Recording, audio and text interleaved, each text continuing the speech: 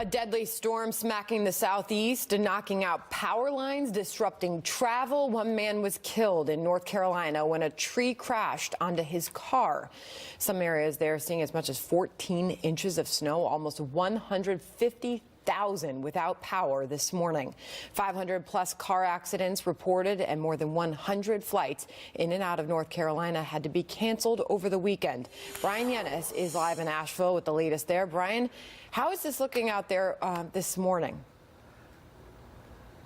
Good morning, Sandra. Well, the snow actually just stopped here in Asheville, North Carolina, a little less than an hour ago. You know, this storm was harder and it came earlier here in the south than we've usually seen down here. You can see the snow accumulation here on the top of the cars, about a foot of snow here in Asheville, North Carolina. And if you look over here, they've done a pretty good job, a really good job here of plowing the streets. They've also shoveled the sidewalks. But the concern this morning from the governor and elsewhere here in the south, from Virginia and here in North Carolina, South Carolina and Georgia, is now icing. This is the puddles that is left over after the storm, and now there's a concern that it will freeze overnight. We have freezing temperatures expected here tonight. Now, the National Weather Service says that there continues to be a winter storm warning here in North Carolina.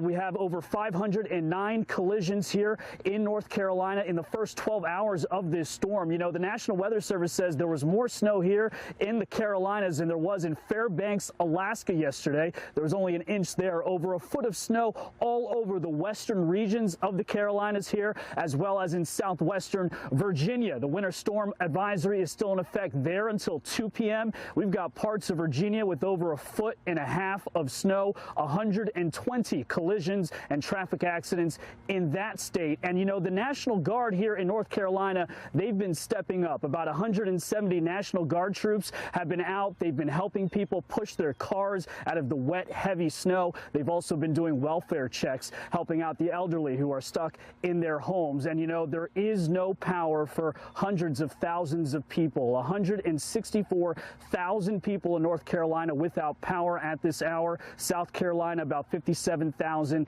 And here, and also in Virginia, 64,000 people without power. Unfortunately, there have been deaths, Sandra. In Matthews, North Carolina, a man died after a tree fell on his moving vehicle. That car went into the front of a church and also then hit into a tree. He died, and the passenger in the other passenger in the vehicle was injured, but thankfully did not die. 3 others, Sandra, by the way, in South Carolina over the weekend died of carbon monoxide poisoning. Just a reminder that in these storms, especially after with no power, you got to keep those generators outside. Sandra? A deadly storm it was. Brian Yennis, thank you. Markets opening in a matter of moments now. U.S.-China trade